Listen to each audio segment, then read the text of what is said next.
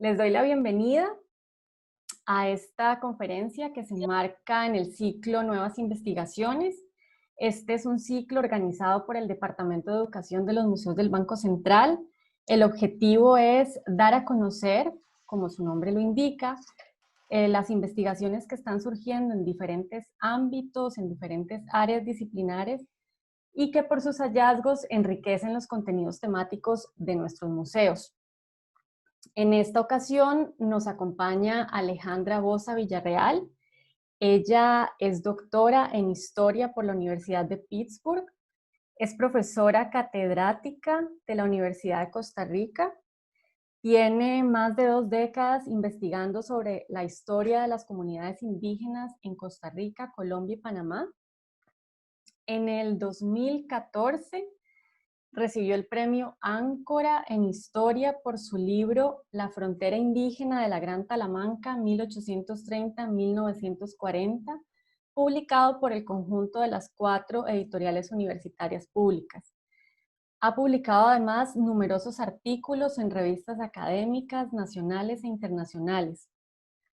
Participa en un equipo interdisciplinario e interuniversitario que está investigando los problemas que viven las comunidades indígenas del Pacífico Sur, debido a que grandes secciones de sus territorios legalmente reconocidos están ocupados por personas no indígenas. Este proyecto tiene financiamiento especial del Espacio Universitario de Estudios Avanzados UCREA de la Universidad de Costa Rica. También es investigadora en el Centro de Investigaciones Históricas de América Central y en el Centro de Investigación en Identidad y Cultura Latinoamericanas de la Universidad de Costa Rica. Es profesora en la Escuela de Historia y en el posgrado Centroamericano en Historia. La conferencia de hoy se titula Indígenas en Costa Rica en dos coyunturas, 1821-2020. Alejandra nos presentará un ejercicio de comparación que ella hizo de esas dos coyunturas separadas entre sí por casi 200 años, ¿verdad? Y ella lo que nos va a enseñar es un poco cuál ha sido esa trayectoria de las comunidades indígenas que habitan Costa Rica, respondiéndose básicamente 3 preguntas. ¿Cómo eran esos mundos indígenas en 1821? ¿Cómo son hoy? Y a futuro, ¿qué podemos entrever? Algo muy importante que queremos contarles es que la conferencia se dividirá en 2 partes. Entonces tendremos una primera parte de exposición de Alejandra. Abriremos un breve espacio para comentarios, preguntas, intercambiar con la investigadora. Después ella retomará la conferencia y al final volvemos a abrir un espacio para preguntas. La idea es que esto haga un poco más dinámica el encuentro. De manera que los invitamos y animamos a compartirnos sus preguntas, comentarios, inquietudes en el chat de Zoom, y a quienes nos siguen por Facebook Live también pueden hacerlo en el chat y le hacemos llegar sus comentarios a Alejandra. Muchas gracias, Alejandra, por acompañarnos y por compartir con tanta generosidad con nuestros públicos sus conocimientos y su experiencia en torno al tema de los pueblos indígenas. Así que le cedo el micrófono. Bienvenida y muchas gracias nuevamente. Bueno, buenas noches. Más bien yo les agradezco el interés a los museos y por supuesto a las personas que se conectaron. Y nada más denme un segundito para compartir la presentación. ¿Se ve bien? Se ve perfecto. Listo. Bueno, la presentación que yo les traigo hoy, como ya nos explicó Claudia, tiene este título: Indígenas en Costa Rica en dos coyunturas, 1821-2020. Primero quería empezar por contarles cuál es la idea y también cuáles son los alcances de esta propuesta que les traigo hoy. Yo soy historiadora y esta idea de comparar dos momentos en el tiempo no es demasiado usual en la disciplina. Es decir, en la disciplina histórica normalmente lo que trabajamos es un periodo de tiempo en el cual intentamos identificar las persistencias y las transformaciones que se dan en ese periodo. Entonces, esta propuesta mía de comparar dos momentos en el tiempo, casi como si fueran dos fotografías, es inusual, es experimental y tiene sus desafíos porque son dos momentos en el tiempo separados por casi 200 años. Entonces, son sociedades que aunque podríamos pensar que como se trata de Costa Rica, tienen una serie de características en común, en realidad son sociedades profundamente diferentes entre sí. La idea de hacer este experimento es ver yo y también ver cuáles son sus reacciones con esta idea de ver si realmente hacer esta comparación nos permite ganar perspectivas novedosas con perspectiva hacia el bicentenario en el 2021. Es decir, ¿qué podemos aprender de lo que pasó en 1821? ¿Qué podemos aprender del mundo de 1821 comparándolo con este mundo en el que vivimos hoy, que nos permita entender mejor el momento actual? Es entonces una propuesta que yo considero que es ambiciosa, es una propuesta que está en desarrollo, es decir, estas reflexiones que yo les traigo están en proceso, estoy profundizándolas también, es parte de un proceso que estoy haciendo para escribir un artículo, y entonces pues calzaba bien con esta actividad del museo de las nuevas investigaciones, y serán muy bienvenidas sus comentarios, sus perspectivas, sus preguntas para enriquecer esta comparación. Y quiero empezar por reconocer que aunque yo estoy presentando la charla, en realidad la posibilidad de comparar esos dos mundos tan diferentes surge de colaboraciones que yo tengo con equipos de investigación que son realmente muy valiosos, con gente que es especialista en temas muy variados y en la época colonial y en la época de principios del siglo XIX, y también con otras personas que son especialistas en la época actual, porque sería muy difícil para mí como una investigadora aislada realmente poder ganar alguna perspectiva sobre dos momentos tan distantes como un proyecto meramente individual. Entonces, soy parte de un programa de investigación en el Centro de Investigación en Identidad y Cultura Latinoamericanas, que se llama La necesidad entre la interculturalidad y las identidades en América Latina. De otro programa en el Centro de Investigaciones Históricas de América Central, las sociedades centroamericanas entre el mundo colonial y la modernidad. Y también de un proyecto incluso más ambicioso de investigación, apoyado por el Espacio Universitario de Estudios Avanzados, que se titula Conflictos Territoriales e Interétnicos en Buenos Aires, Costa Rica, aportes interdisciplinarios para su resolución. Entonces, es este diálogo el que me permitió atreverme, digámoslo así, a proponer estas ideas. ¿Cuál va a ser el contenido de la presentación? Primero les voy a dar una presentación breve de cómo era el mundo de 1821, porque en realidad mucha de lo que mejor conocemos sobre historia de Costa Rica como público general sucede en realidad en una época más tardía del siglo XIX. Entonces, ubicarnos en cuál era ese mundo de 1821 nos puede ayudar a entender mejor la situación de las comunidades indígenas en ese momento. Luego, hago una comparación, empiezo ya con la comparación y comparo 1821 y el 2020 en cuanto a los indígenas que están en el Valle Central.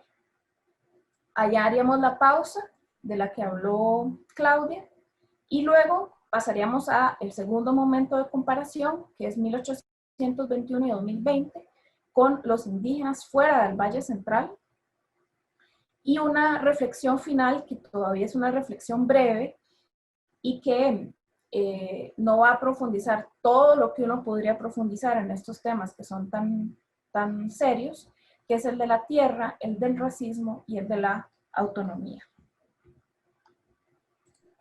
Entonces, ¿cómo era el mundo de 1821? Políticamente, creo que es el referente que, claro, tenemos más claro, ¿verdad? Efectivamente, ya en la segunda, después de octubre de 1821, la provincia, la antigua provincia de Costa Rica, se ha declarado con sus ayuntamientos, o sea, con sus municipalidades, se ha declarado independiente de la monarquía española. La gran pregunta, y por eso hay un momento de gran incertidumbre, es ¿qué es lo que sigue? Y este es un desafío que existe en toda Hispanoamérica y que en Costa Rica toma unas características particulares, ¿verdad? Porque la primera pregunta que surge en ese momento en realidad la idea de que Costa Rica, de que la antigua provincia fuera independiente, no era por ella misma, no era dominante, sino que hay diferentes intentos de unirse a otros cuerpos. Y el más cercano aquí es, en 1822, el intento, que al final fracasa, de unirse al Imperio Mexicano y luego a partir de 1825 a la Federación Centroamericana. Pero propiamente en 1821 lo que vemos es ese momento clave de quiebre con la monarquía y una profunda incertidumbre de qué es lo que sigue.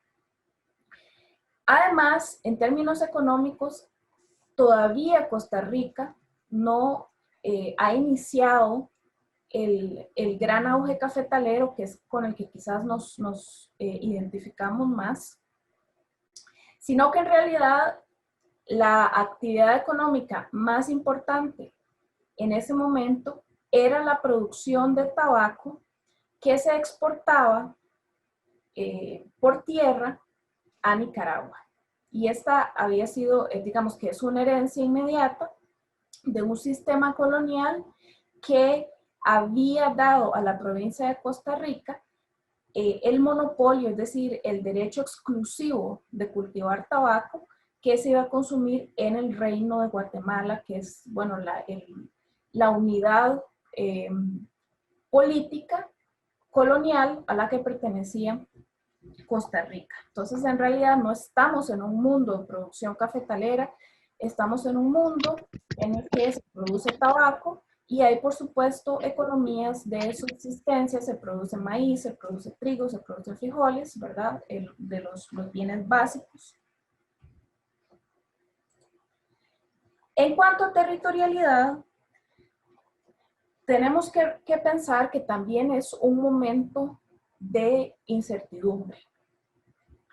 No hay tratados de límites, es decir, no está claro hasta dónde llega el territorio de Costa Rica. De hecho, la negociación de esos límites va a ser muy problemática, incluso hasta mediados del siglo XX. El partido de Nicoya todavía no se ha anexado. Eso va a suceder en 1824, en un proceso que todavía está estudiándose y está reinterpretándose en este momento cómo fue ese proceso de anexión. Y el control efectivo que tenían ese mundo heredero del mundo colonial era sobre un área de territorio realmente muy pequeña. Y esto es importante para entender cuál era la dinámica de las poblaciones indígenas.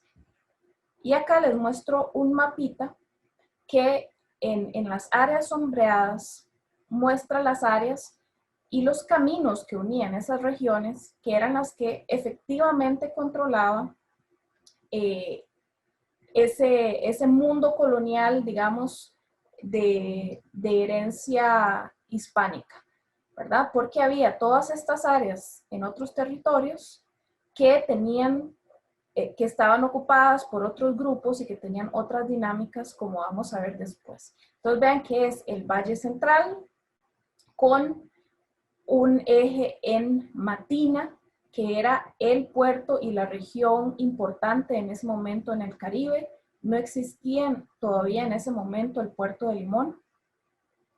Otra salida hacia el Pacífico, cuyo centro era el puerto de La Caldera, todavía no era Punta Arenas, con un camino real, ¿verdad? Que era por el que se sacaba el tabaco a Nicaragua, que comunicaba con estas poblaciones que en realidad eran algunas de ellas eran del partido de Nicoya, ¿verdad? Y con otra parte acá en la península de Nicoya. Y ese camino real después llevaba hacia el Pacífico Sur, pasaba por Boruca. Acá tenemos Terraba, ¿verdad? Que era otra zona donde había había habido control durante la colonia, y seguía hacia la audiencia de Panamá, ¿verdad? Vecina. Este límite que aquí se ve también en este mapa, en realidad en ese momento no estaba definido cuál era el límite, ni en ninguna de las dos fronteras. Entonces, ¿cuál es la situación de los indígenas en el Valle Central en 1821? Hay que empezar por decir que lo que existía en el Valle Central había una muy importante presencia indígena, muy importante, que estaba organizada en una serie de unidades políticas que en la época se conocían como pueblos de indios, que se habían ido creando, los primeros se habían creado en el siglo XVI, y desde ese momento habían surgido unos nuevos, otros desaparecían, otros se repoblaban, ¿verdad? Es decir, se podían unir dos pueblos, si la población había disminuido mucho. Otra cosa que se hacía con mucha frecuencia era sacar, según el lenguaje de la época, población de zonas no controladas, como Talamanca, y poblarlos forzosamente en pueblos de indios que estaban en el Valle Central.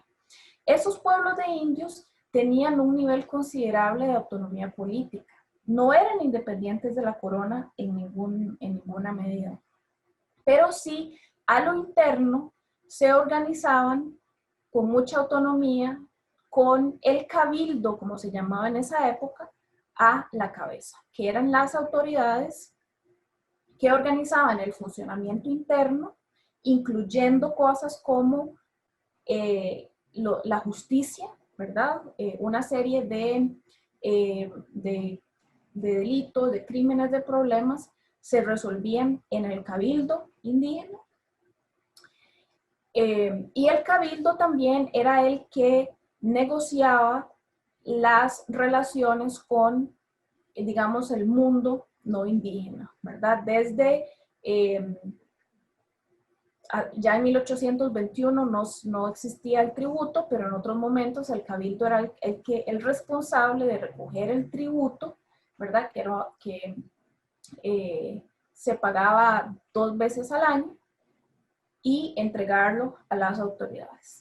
Estos pueblos de indios, además, tenían tierras comunales, que en principio, cuando fueron fundadas, iban a ser únicamente para indígenas.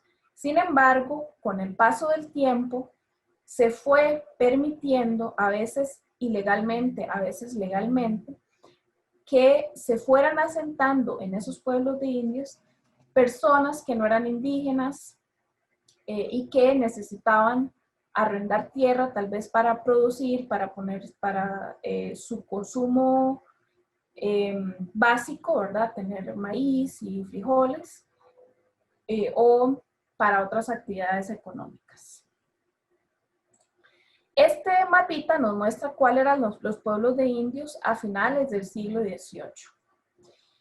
Acá... Buenas, mira, me acaban de avisar de que están haciendo algo con la tarjeta mía en Bogotá o no sé qué. ¿Qué hago para que... Adelante, Alejandro. Gracias. Estos círculos acá lo que muestran, ¿verdad? Van a ser los centros principales que, bueno, corresponden, en realidad están ubicados en el Valle Central.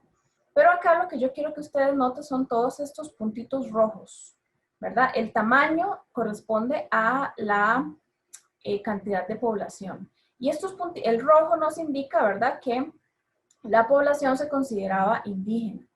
Entonces aquí vemos que realmente hay una cantidad muy significativa de asentamientos que son indígenas, ¿verdad?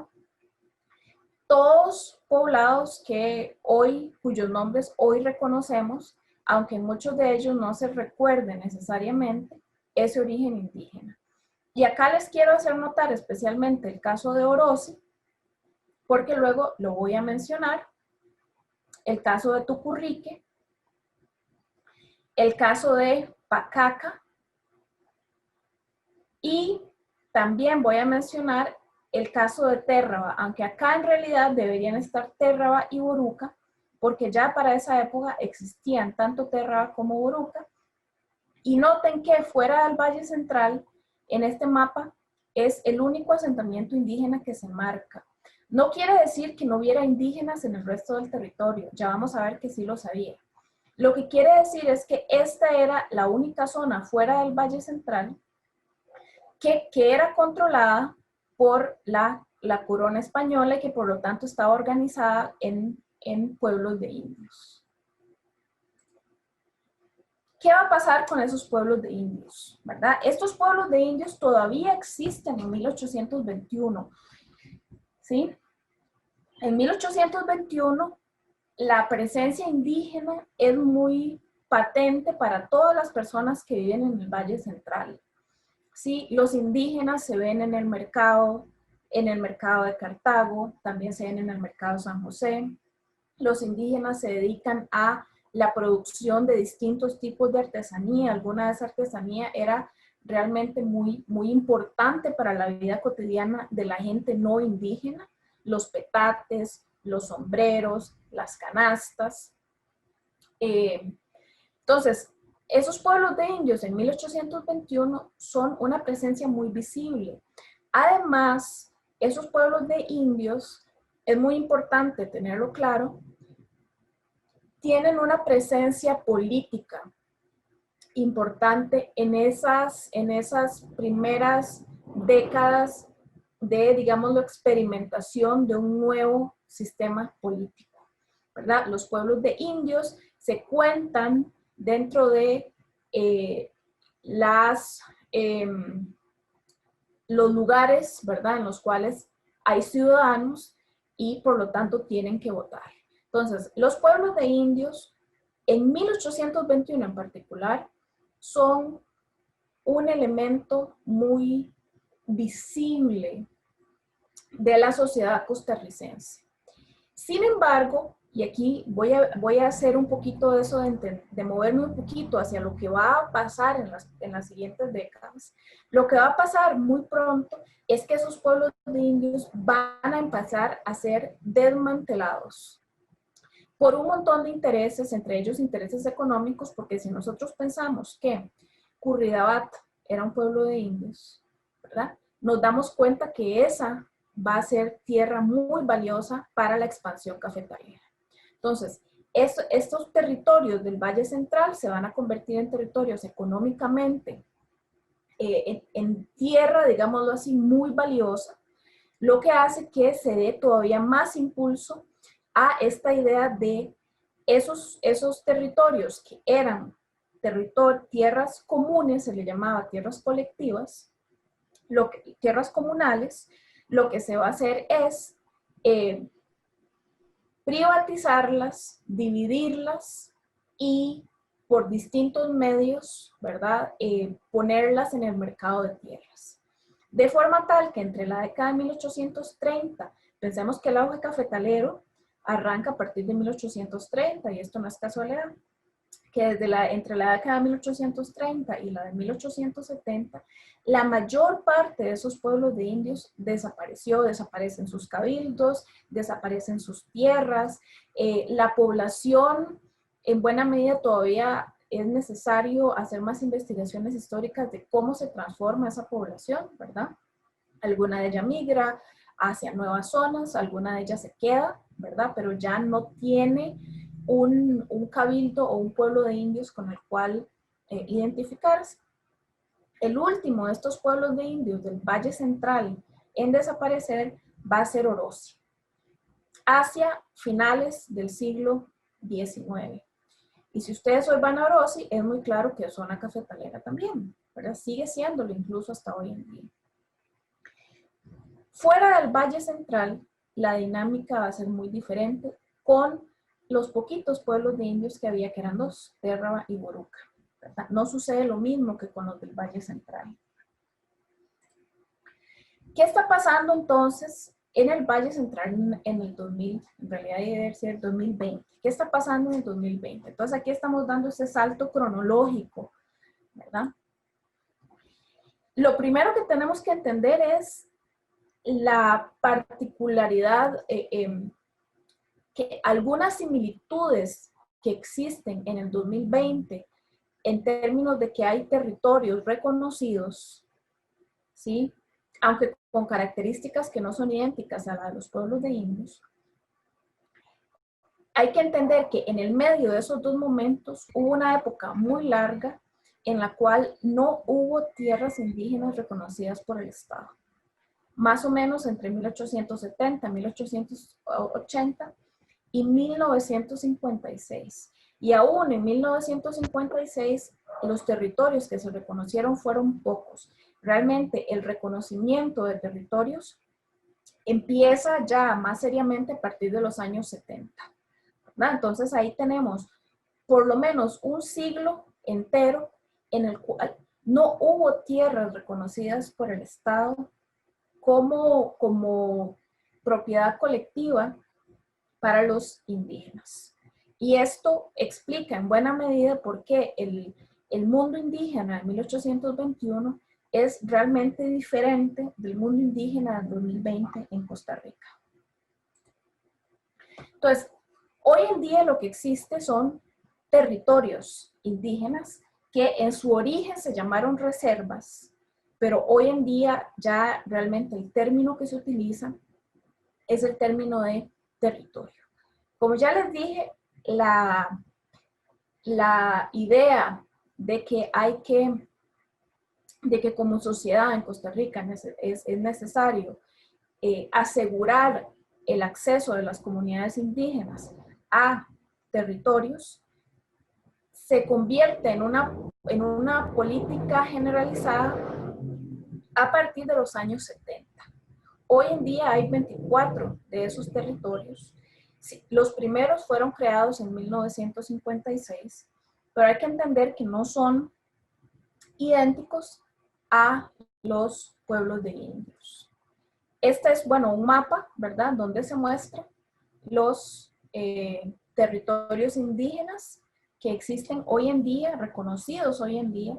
Ojo, no es que allí sean las únicas zonas donde hay indígenas, y más bien vamos a ver la contradicción de que justo en esos territorios hay algunos de ellos donde los indígenas en realidad son una minoría de los habitantes. Entonces, ¿qué son estos territorios indígenas? A diferencia de los pueblos de indios, ¿verdad?, cuyos límites eran más de tipo consuetudinario, aquí sí hay una serie de decretos que delimitan muy claramente cuáles son los límites de esos territorios, que en principio las únicas personas que pueden tener acceso a esas tierras son indígenas. Son territorios en los que está prohibido vender, arrendar o arrendar a no indígenas, y que están administrados por asociaciones de desarrollo integral o ADIs. Hoy en el Valle Central, recordemos que En 1821, la aplastante mayoría de los pueblos de indios están en el Valle Central. Hoy día, en el Valle Central, de los 24 territorios, solo hay 2 en el Valle Central, que aquí están Quitirricí y Zapatón, son de herencia huetar, y dentro del imaginario que existe en la sociedad costarricense, son probablemente uno de los que menos gente tiene presente que existen, ¿sí? Y es muy importante tener claro, estos territorios de Quitirricí y de Zapatón se vincularon, sus habitantes hacia atrás están vinculados con un pueblo de indios, que es el pueblo de Pacaca, que yo les marqué en el mapa hace un ratito. Sin embargo, vean que la localización de hoy en día de los territorios de Quitirricí y Zapatón es totalmente distinta. Se cree que Pacaca estaba donde hoy en día está Ciudad Colón. Y más bien, Quitirricí, tanto Quitirricí como Zapatón, están en territorios que son mucho menos atractivos, de mucho más difícil acceso. Y ahí vemos una diferencia sustantiva con los territorios entre los pueblos de indios y los territorios indígenas de hoy en día. Los pueblos de indios, a propósito, se crearon lo más cerca posible de centros importantes de población, ¿sí? Incluso por eso se iba y se traía indígenas hacia esos pueblos de indios forzadamente, ¿verdad? Y estaban en tierras que eran, que tenían riqueza agrícola importante. ¿Por qué? Porque esos pueblos de indios eran uno de los proveedores más importantes de los bienes de subsistencia que necesitaba la población no indígena que estaba en el Valle Central, ¿verdad? No es que otras personas no produjeran también, pero la producción agrícola y la producción artesanal de los pueblos de indios era muy importante para toda la población del Valle Central. Por lo tanto, no tenía sentido, no habría tenido sentido en esa época ubicarlos en zonas distantes, en zonas poco fértiles, que es en realidad lo que ha terminado sucediendo con los territorios indígenas de hoy en día. Entonces, tenemos 2 territorios indígenas en el Valle Central que la gente generalmente no sabe que existen, no sabe que que existen estos territorios en el Valle Central. Pero además, hay todo un mundo indígena en el Valle Central que sucede fuera de esos territorios. Y usted puede encontrar indígenas de todos los grupos indígenas que existen en Costa Rica en el gran área metropolitana y sus alrededores, ¿verdad? Porque estas son poblaciones que quizás se trasladaron a vivir acá por motivos de trabajo, por motivos de estudio, y tienen sus familias en otras zonas indígenas. Y hay una presencia indígena. ¿Qué es lo que pasa? Que dentro de la visión que tenemos existe la idea de que no hay indígenas en el Valle Central y por lo tanto están profundamente invisibilizados. Además de eso, otra cosa interesante es que en el mismo Valle Central hay un proceso, digámoslo así, de incluso diversificación de la población indígena, porque hay presencia de nuevos grupos indígenas que han llegado en décadas recientes como migrantes, y en particular hay estudios, se ha empezado a estudiar recientemente, el caso de una comunidad de indígenas misquitos, cuyo origen es la costa caribeña de Nicaragua, que han migrado al Valle Central y que se han establecido en puntos específicos. Uno de ellos es una comunidad en Pavas, pero se sabe que hay población misquita en otras zonas, incluso en zonas rurales, trabajando, y generalmente se les ha considerado simplemente como migrantes nicaragüenses, pero en realidad es una migración indígena. Aquí la clave, el contraste que quiero hacer entre 1821 y 2020 es que mientras en 1821 esa presencia indígena en el Valle Central era muy visible, muy significativa, hoy en día sucede todo lo contrario. Es decir, la percepción generalizada es que no hay indígenas en el Valle Central y es sumamente difícil visibilizar a esas poblaciones.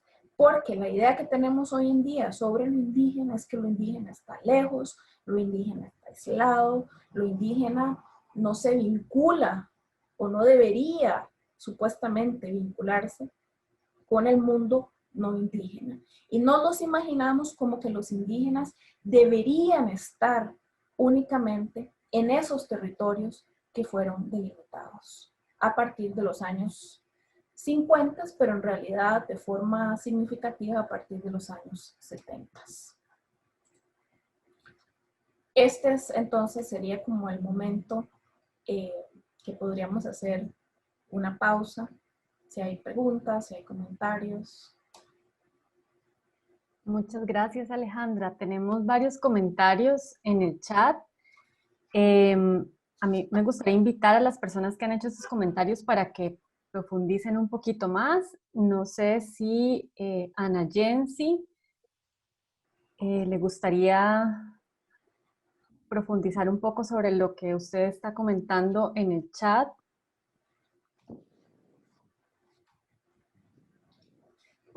Hola, ¿me escucha? Quiero hacer una pregunta. Buenas noches, cuando pueda. Buenas noches, está bien. Vamos a darle la palabra a Ana Jensi y después, con mucho gusto, le damos la palabra a usted.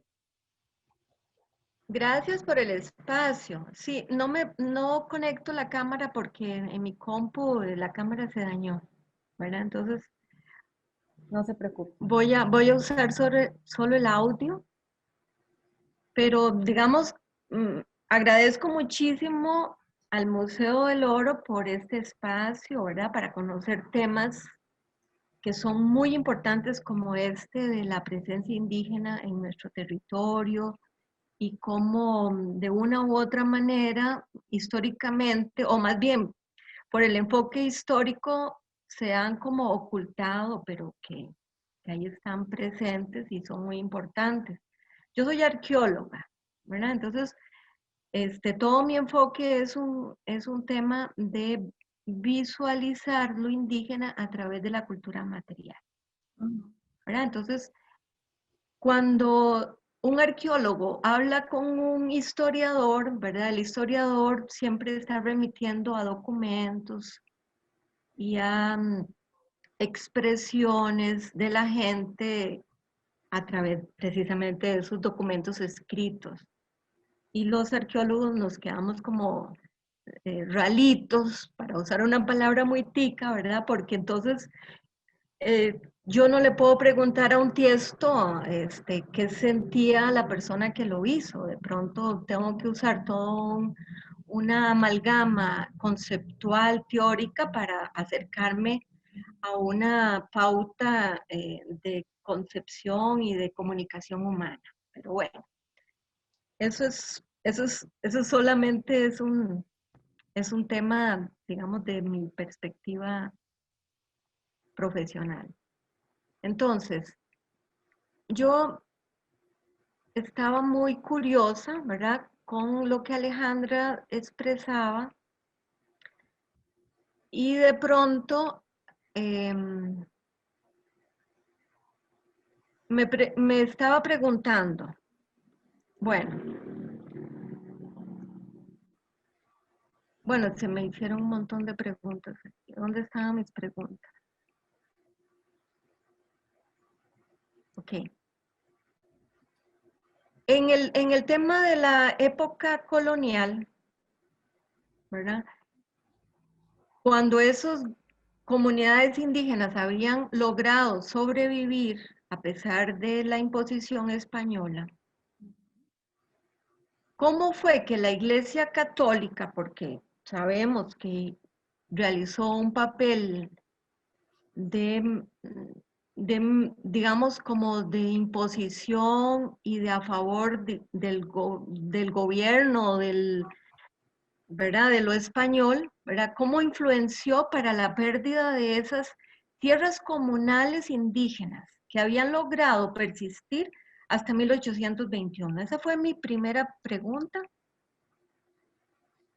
Y la otra era, en cuanto a la situación que estás describiendo de los misquitos en San José 2020, ¿verdad? Yo los había visto a los Ramas en San Carlos hace 20 años atrás. Entonces,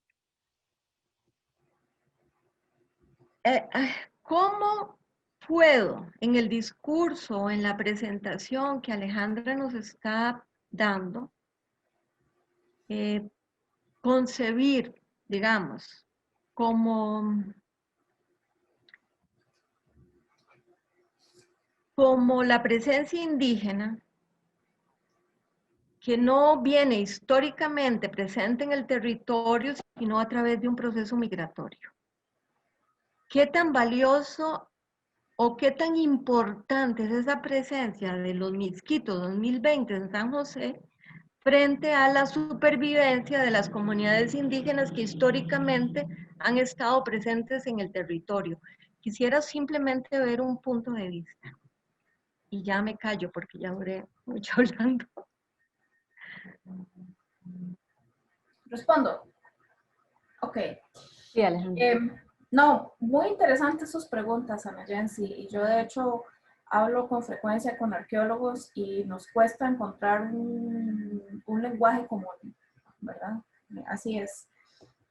Sin embargo, es una experiencia maravillosa, ¿verdad?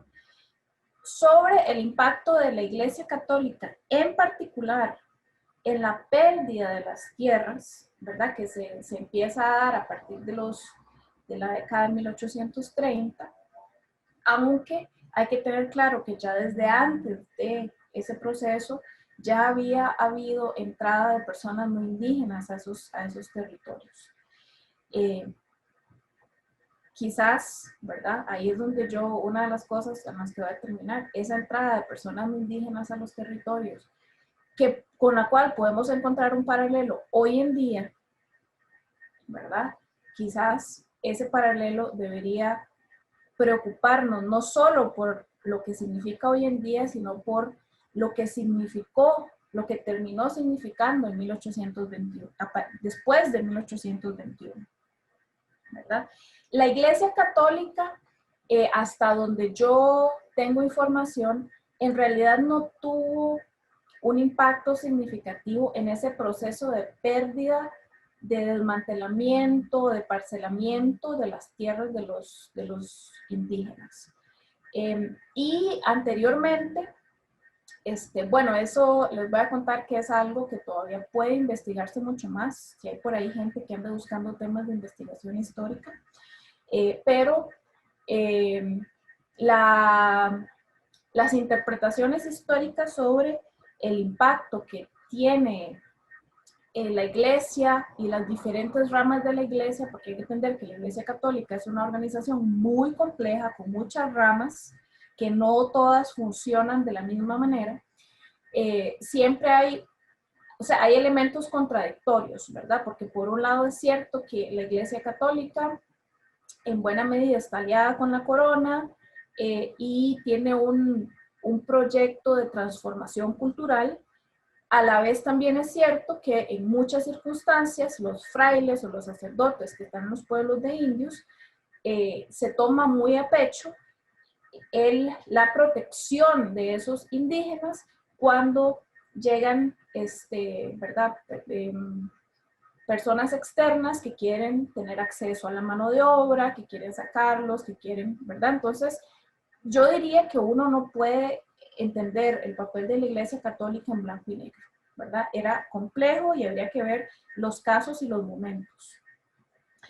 Esa que usted me dice de los Ramas en San Carlos me parece increíblemente interesante. Es más, yo no sé si habrá algo escrito, ¿verdad? Volvemos a que los historiadores nos gustan las cosas escritas, pero de alguna manera confirma lo que le voy a decir al siguiente momento. no hay ninguna contradicción, ni debemos pensar en ninguna contradicción entre la llegada de población indígena migrante y la población indígena que ya está en el territorio, ¿verdad? Desde el punto de vista arqueológico, pues se sabe que las poblaciones indígenas han estado en movimiento desde que llegaron al continente americano.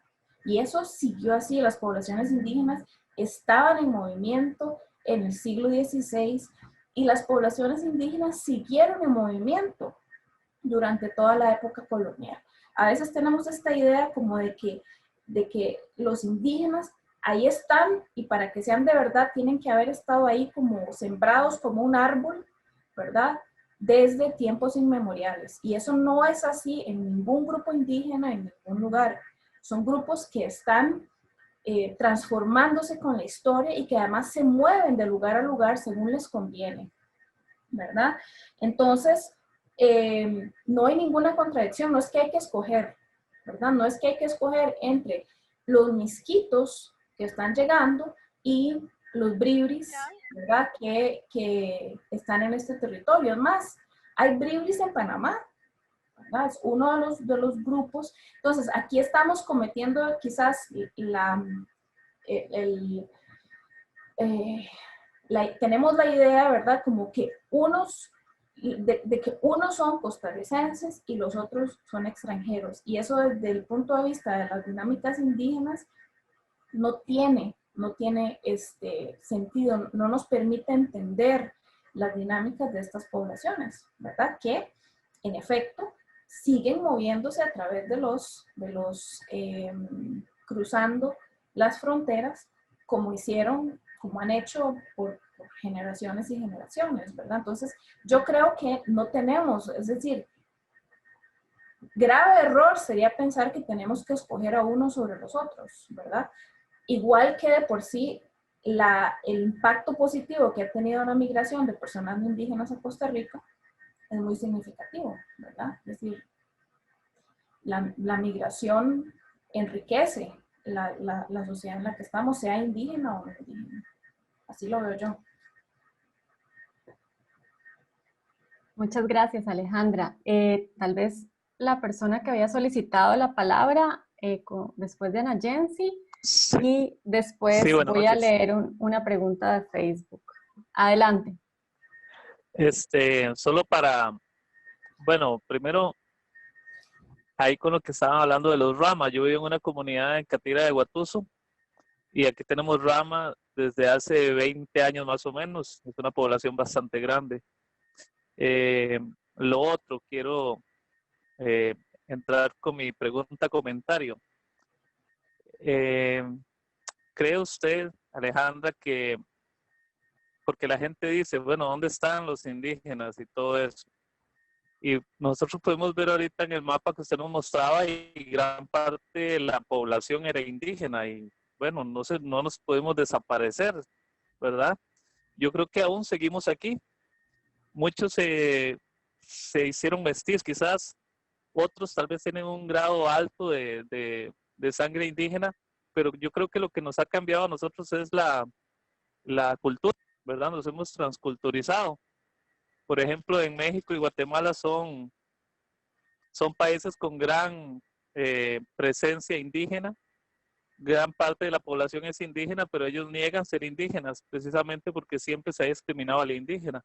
Yo pienso que también lo mismo ha pasado en Costa Rica y nosotros en realidad, bueno, y la mayor parte somos indígenas, somos una nara partida a la mitad, por decirlo así, ¿verdad? Sin quitar las otras influencias o los otros tipos de sangre que tengamos, pero le hemos dado valor solo a un lado de la naranja y nuestra parte indígena no la hemos valorado por ese lado. Por otro lado, podemos ir a lugares que están muy marcados. Por ejemplo, vamos a lugares en Santa Cruz, Guanacaste, vamos a los pueblitos donde hay una cultura del maíz tan grande, pero ellos no se creen o no se sienten indígenas, ¿verdad? Pero tienen rasgos que son que los identifican como tales. Entonces, no sé si nos puede comentar algo sobre eso. Muchas gracias. Muchas gracias, Odil, por sus preguntas. Son todas, ¿qué diría yo? preguntas clave para la actualidad que no tienen una respuesta sencilla, ¿verdad? Es decir, yo no tengo la fórmula mágica para proponer, ¿verdad? Yo lo que creo es que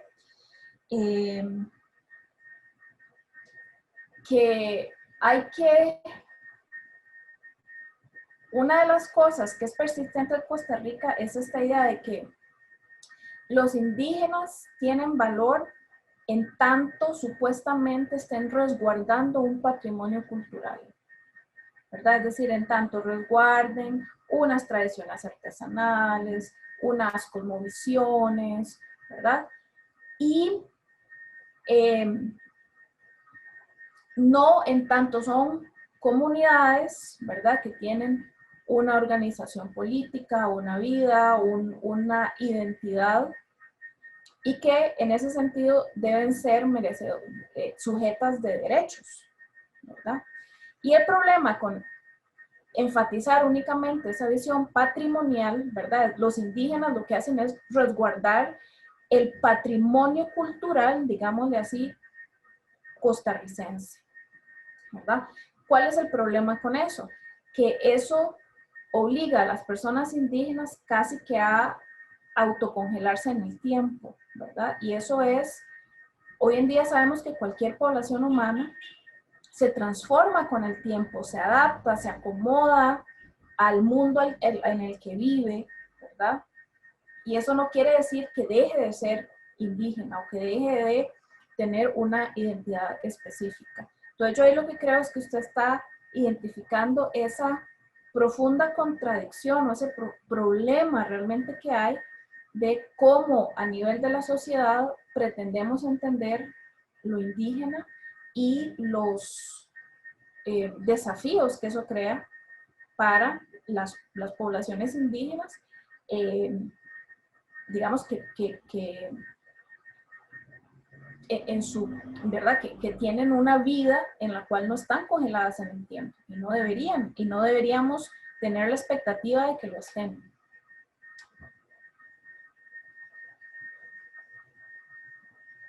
Muchas gracias, Alejandra. Tenemos muchas preguntas, entonces voy a leer un par de preguntas que están en el chat de Facebook para integrar también a las personas que nos están acompañando por ese medio. Y después continuamos con la presentación y al final retomamos las preguntas que están ahorita y las nuevas que surjan. Van un poco relacionadas con el tema de lo que estaba mencionando sobre la invisibilización, ¿verdad?, de estos pueblos indígenas. Entonces, varias personas en el Facebook preguntaban qué ha provocado esa invisibilización, por qué tenemos esa percepción. Y otra persona decía si debemos entender esa invisibilización como racismo. Okay. Excelentes preguntas, realmente. ¿Por qué esa invisibilización? Bueno, yo aquí puedo proponer algunas ideas, pero creo que hay factores que quizás se me van a escapar, pero bueno, algunas ideas de por qué se ha invisibilizado, ¿verdad?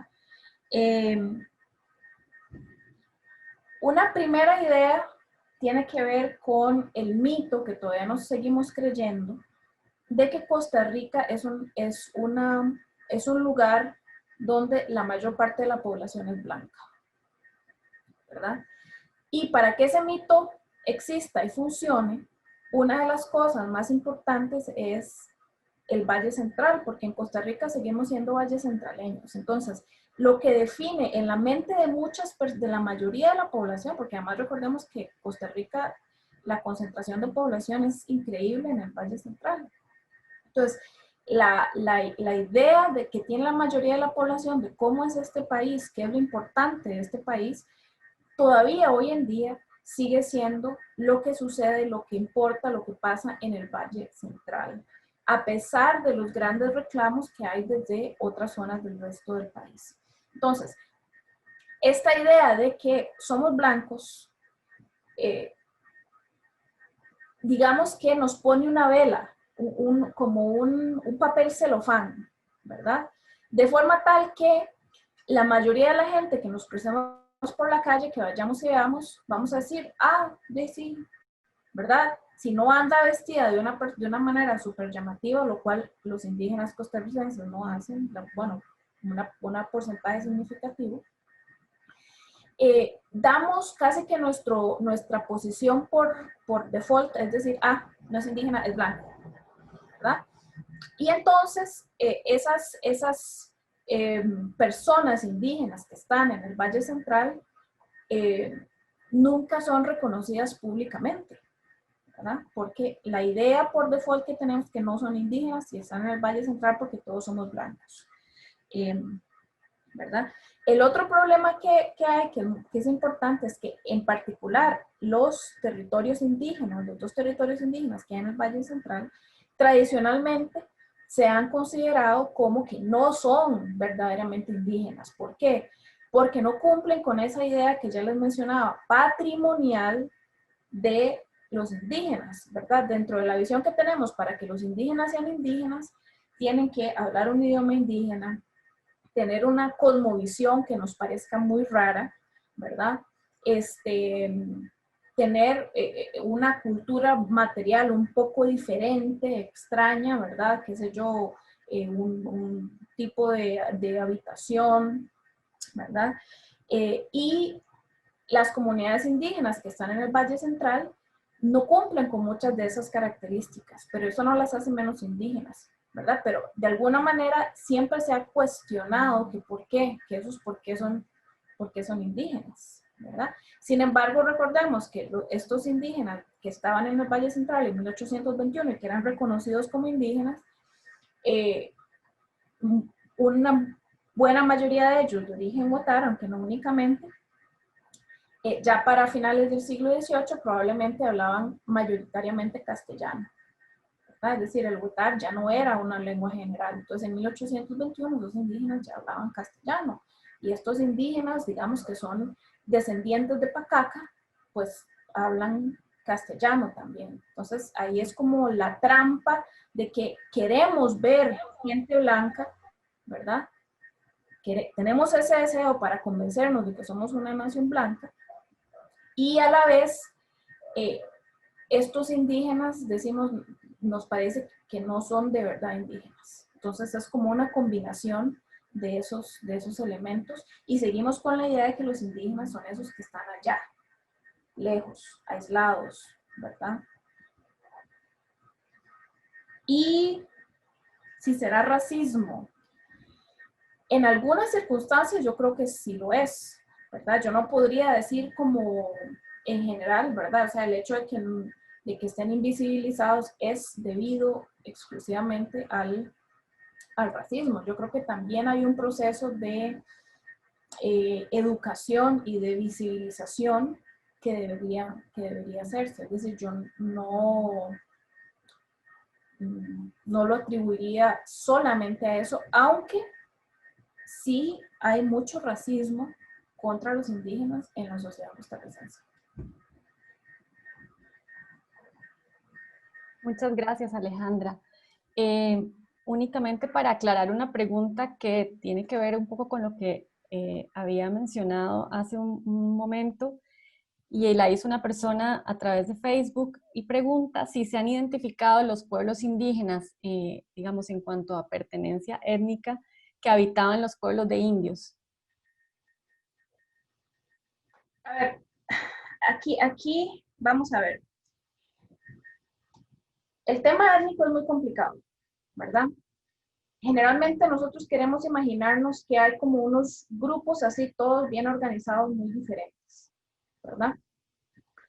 Pero la identidad étnica depende de muchas cosas, ¿verdad? Entonces, por ejemplo, ¿qué puedo decir yo sobre la manera en la que las personas, hasta donde sabemos de los pueblos indígenas, se veían a sí mismos? Se veían, uno de sus principales elementos de identificación era su pueblo, ¿verdad? Entonces, la gente de Acerrí se decían los Acerrí, ¿verdad? Los Tucurrique, los Orosi, los Curridabat. y no necesariamente se veían como parte, claro, todos eran indígenas, ¿verdad? Pero no necesariamente consideraban que formaban como un grupo común, ¿verdad? Porque había esa identificación muy localista. En términos, digámoslo, de su herencia en cuanto a familia de lenguaje, digámoslo así, que no es lo mismo que etnicidad, venían buena parte de ellos de tener esa tradición huetar. Recordemos además que los huetares estaban divididos en distintas unidades políticas en el siglo XVI, ¿verdad? No había una gran nación huetar, ¿verdad? Ni un gran imperio huetar. Y además también había llegada, a veces, muchas veces forzada, de población especialmente cabeca, que fue asentada en Tucurrique, en Orosi, en Tres Ríos, ¿verdad? Entonces sí había un componente cabeca. Y seguramente incluso puede ser que estuviera más variedad, lo que pasa es que falta profundizar más, ¿verdad? Como esta información que nos decía Ana Jensi y Odir, de que en realidad en la zona norte del país hay población rama, ¿verdad? Que los rama uno los identifica con Nicaragua, pero en realidad ese vínculo con los rama en la zona norte también es un vínculo histórico. Entonces puede ser que de por sí hubiera mucha más diversidad en esos pueblos de indios que todavía hace falta investigar más. Muchas gracias, Alejandra. Creo que podemos continuar con la segunda parte y a las personas que nos han compartido sus preguntas y comentarios también por Zoom, las vamos a retomar al finalizar para poder continuar. Listo. Entonces, acabamos de hablar, ¿verdad?, de la situación, de cómo comparar 1821 y 2020 en el Valle Central. Ahora, quisiera que habláramos qué está pasando fuera del Valle Central, ¿verdad?, que realmente es importantísimo para entender la dinámica de las poblaciones indígenas. Entonces, ¿qué tenemos fuera del Valle Central en 1821? Solo hay 2 pueblos de indios en esa definición de la época colonial de la que ya les hablé, ¿verdad? Y el resto del territorio donde hay población indígena es población indígena que se mantiene totalmente independiente del régimen colonial y también de los herederos, digámoslo así, de ese régimen colonial que se independizaron en 1821, ¿verdad? Y el momento en el cual van a ser integrados a esa nación o a ese estado costarricense cambió digamos, de lugar a lugar. ¿Qué pasa en el 2020? En el 2020 la situación es radicalmente diferente, ¿verdad? Es radicalmente diferente en el Valle Central y es radicalmente diferente fuera del Valle Central. Entonces, fuera del Valle Central es donde hoy en día encontramos la mayoría de esos territorios que son legalmente reconocidos, ¿verdad? La aplastante mayoría están fuera del Valle Central. Y además, hoy en día ya no hay pueblos independientes dentro del territorio y además la idea de que las poblaciones indígenas puedan tener autonomía política hoy en día casi que es un tema tabú dentro de la visión de las comunidades, de cuál puede ser la relación de las comunidades indígenas con la nación y con el Estado costarricense. Empecemos entonces por Terraba y Boruca en 1821. Estos dos, que tienen un origen colonial, ¿verdad?, del cual no voy a hablar, pero estos dos eran los 2 pueblos de indios como tales que había fuera del Valle Central. Estos 2 pueblos de indios, a diferencia de lo que sucedió en el Valle Central, no fueron desintegrados, desmembrados, desintegrados durante ese proceso que afectó a los pueblos de indios del Valle Central. Y de hecho, una de las cosas que es interesante es que ahí se mantienen los frailes franciscanos hasta mediados del siglo XIX, pero incluso cuando se van los frailes franciscanos, estos pueblos mantienen una dinámica comunal y un control territorial que ya no existía en el Valle Central. Incluso esa es una pregunta de investigación porque se ha trabajado poco, cómo es que esto, cómo es que se sobrevive esta organización a través de esas décadas ya de finales del siglo XIX y de principios del siglo XX. ¿Cuál era la importancia que tenían Térraba y Boruca en 1821? En primer lugar, la comunicación con Talamanca y con Bocas del Toro en lo que hoy en día es Panamá, que en ese momento no se sabía si era o no era parte de Costa Rica. ¿Por qué? Porque ahí había poblaciones muy significativas de indígenas independientes que había un interés por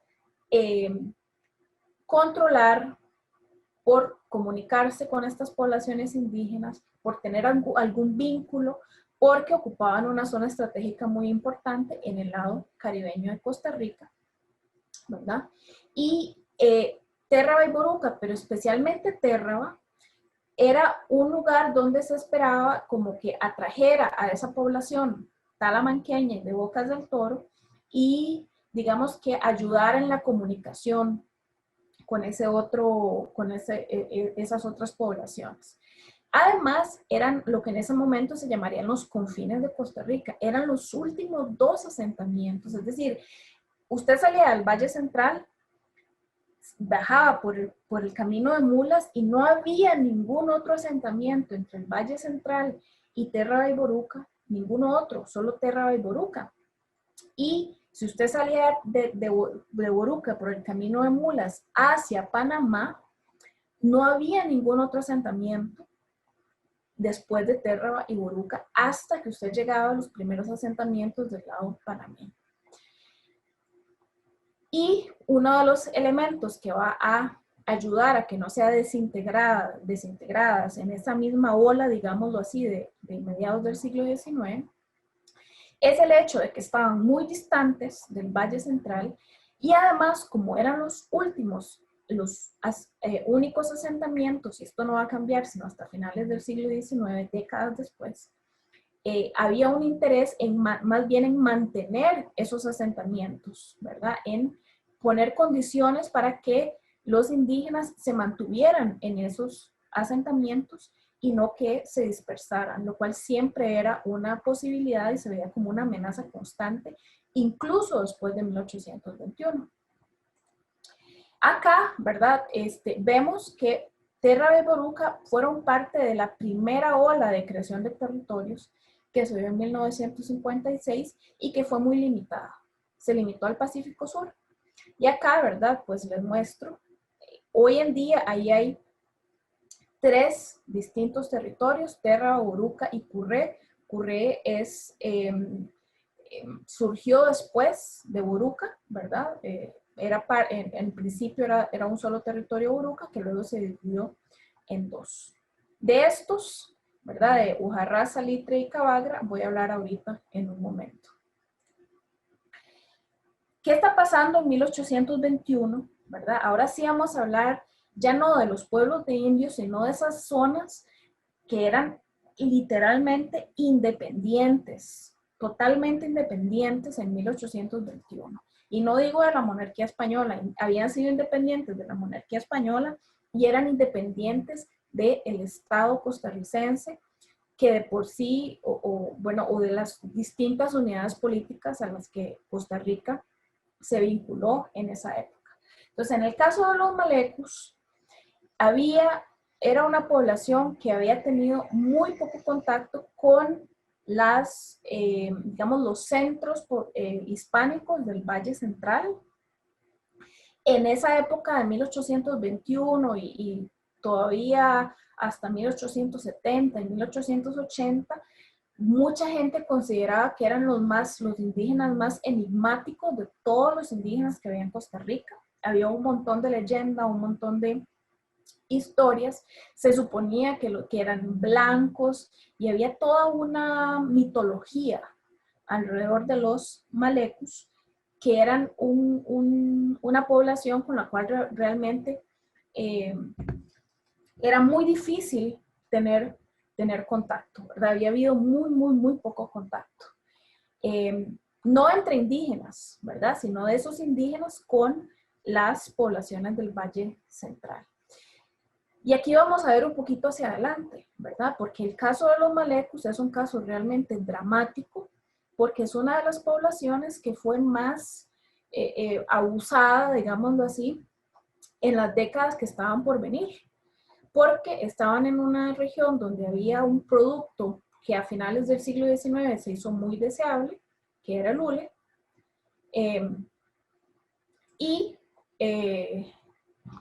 disculpen. Y hay toda una fiebre de extracción del hule, de gente que llega desde Nicaragua, pero también desde el Valle Central de Costa Rica, y van a esclavizar a buena parte de la población maleco y además a arrasar con el territorio y a exterminar a buena parte de la población maleco, ¿verdad? Entonces realmente, si uno ve desde 1821 ve hacia el futuro, realmente lo que venía para la población maleco era una época terrible, ¿verdad? En la que estuvieron realmente a punto de desaparecer por la brutalidad con la que fueron tratados. Alejandra, perdón. Sí. Es que creo que se pegó la presentación porque no se está viendo, se ve verde. Voy a tener la... Sí. Voy a intentar otra vez, a ver si ya. Está bien. Y por favor, apagar sus micrófonos. Muchas gracias.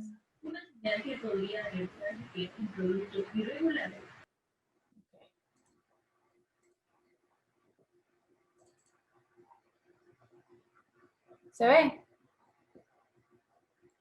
Sí, se ve perfecto. Okay.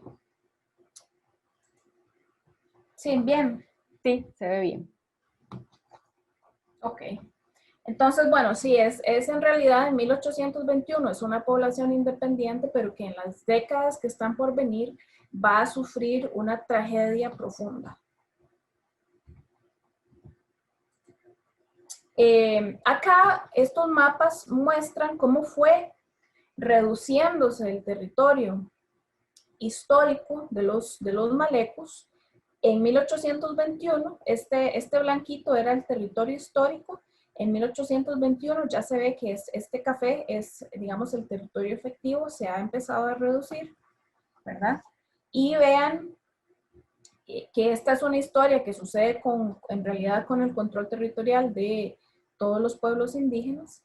Vean el descenso dramático que ha sufrido para 1976, que es cuando se crea ya el territorio legalmente reconocido de los malecos, que es el que persiste hasta el día de hoy.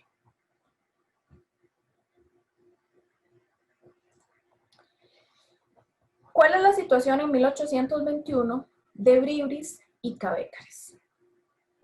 Lo primero que hay que decir es que estaban presentes en un territorio muy amplio. Desde los bordes, desde el Valle Central, por eso se acuerdan que en el mapa yo les dije que notaran Orosi y Tucurrique, en particular porque Orosi y Tucurrique son dos de esos pueblos de indios que fueron repoblados, ¿verdad? Con población, probablemente Cabécar, quizás por ahí había alguna persona bribri, ¿verdad? A partir de finales del siglo XVIII. Entonces, desde ahí había territorio bribri, en realidad bribri Cabécar, Cabécar y bribri, hasta el actual límite con Panamá. Y esos, ¿verdad? Orosi y Tucurrique eran pueblos de indios, por lo tanto no eran independientes, pero una buena parte de la población bribri y cabecar sí era población independiente. Aquí hay una diferencia con la situación actual porque en este momento, en 1821, todavía no había asentamientos permanentes en el Pacífico Sur de bribris y de cabécares. Esos asentamientos permanentes, de los que voy a hablar ahorita después, que son Chinaquichá, Salitre, Hojarras y Cabagra, empiezan a establecerse unas poquitas décadas después, a partir de la década de 1850. Y a partir de ahí se va ampliándose la población. Acá entonces, bueno, vemos esos asentamientos que yo los marqué, ¿verdad? Del Pacífico Sur, que los marqué porque van a ser, junto con Terra y Boruca, los otros asentamientos que se declaran como territorios indígenas en ese primer momento, que es en 1956. Eso pasa con Ujarrás, con Salitre y con Cabagra, y también sucede con el territorio de Chinaquichá, ¿verdad? Todos estos territorios han estado en las noticias del país ya por más de una década, ¿verdad? Por los profundos problemas territoriales que hay en esas zonas, y en el caso de Chinaquichá, están viviendo una situación dramática el día de hoy, ¿verdad? Acá podemos ver, además de Chinaquichá, ¿verdad? Que podemos ver los otros territorios cabécares que existen como territorios legalmente reconocidos por el Estado, ¿verdad? Que están, bueno, Ujarrás está en el Pacífico Sur, y todos estos que están más bien en el lado del Caribe. Aquí vale la pena notar que esos pueblos de indios que yo les mencioné en el Valle Central, Orosi y Tucurrique, por supuesto que no fueron reconocidos como hoy en día territorios indígenas, sino que más bien fueron de los que fueron desmantelados a mediados del siglo XIX. Los bribris y los cabécares están a punto de sufrir en 1821 una serie de transformaciones políticas que van a marcar su historia durante el siglo XIX y principios del siglo XX.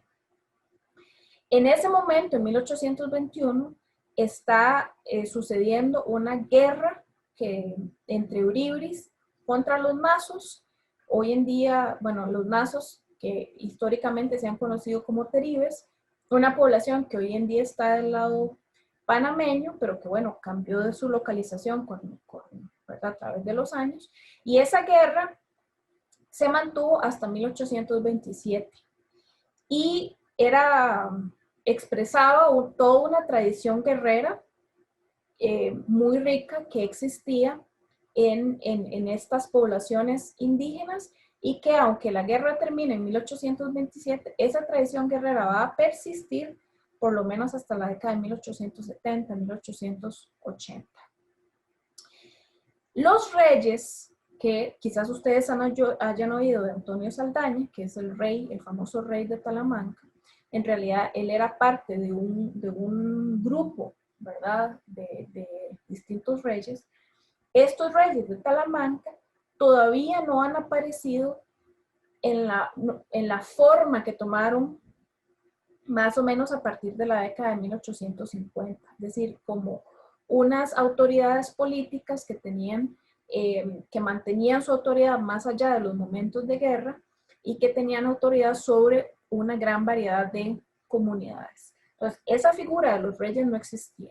No quiere decir que no hubiera líderes políticos, religiosos entre los bribris y los cabécares. Sí los había, y los siguió viendo durante la época de los reyes. Pero los reyes, esa figura del siglo XIX, todavía no había aparecido en 1821. Y además, los bribris y los cabécares están a las puertas de una transformación económica que se conoce poco, ¿verdad?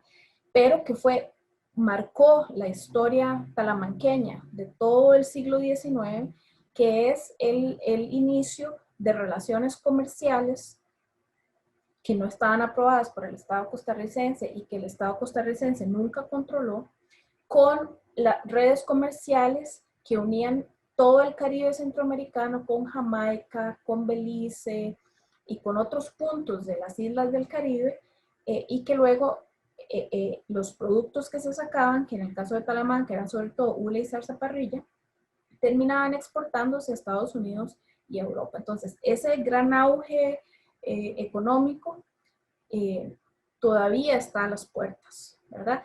De ese auge económico, ¿verdad?, que en Talamanca tomó otras características, fue el que impactó tan negativamente a los malecos, ¿verdad? Porque los malecos más bien fueron abusados para poder sacar ese hule, ¿verdad? Acá vemos los territorios bribris actuales, ¿verdad? Los territorios reconocidos legalmente de los bribris. Ya habíamos visto lo de los cabecas.